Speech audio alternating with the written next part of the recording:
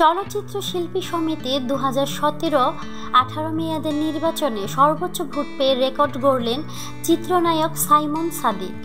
তিনি সর্বোচ্চ 361 ভোট পেয়ে কার্যনির্বাহী সদস্য নির্বাচিত হয়েছেন। সিনিয়র অনেক শিল্পীকে টপকে সর্বোচ্চ ভোট পেয়ে নিজের জনপ্রিয়তার শ্রেষ্ঠ প্রমাণ পেলেন সাইমন। তাৎক্ষণিক এক প্রতিক্রিয়া জানাতে পোড়ামন ছবির এই নায়ক বলেন, শুরু থেকেই আমি নির্বাচনে জয় নিয়ে শতভাগ আশাবাদী ছিলাম, কিন্তু আমাদের সিনিয়র অনেক শিল্পীকে পেছনে ফেলে সর্বোচ্চ ভোট পাবো এটা ভাবিনি। সাইমন বলেন, আমার এই আনন্দ প্রকাশের ভাষা হারিয়ে ফেলেছি। চলচ্চিত্রের প্রতি আরও দায়িত্ববোধ বেড়ে গেল। এখন প্রধান লক্ষ্য নির্বাচনের আগে যে প্রতিশ্রুতি দিয়েছিলাম সেই অনুযায়ী কাজ করব।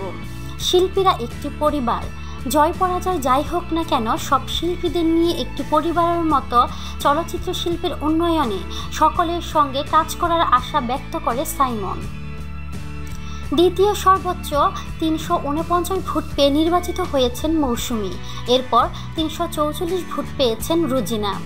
সাইমন রুজিনা একই প্যানেল থেকে অর্থাৎ মিশা জায়েদ খান প্যানেল থেকে নির্বাচনে অংশ নিয়েছিলেন। অন্যদিকে মৌসুমী প্রার্থী হয়েছিলেন ওমর সানি অমিত হাসান প্যানেল থেকে।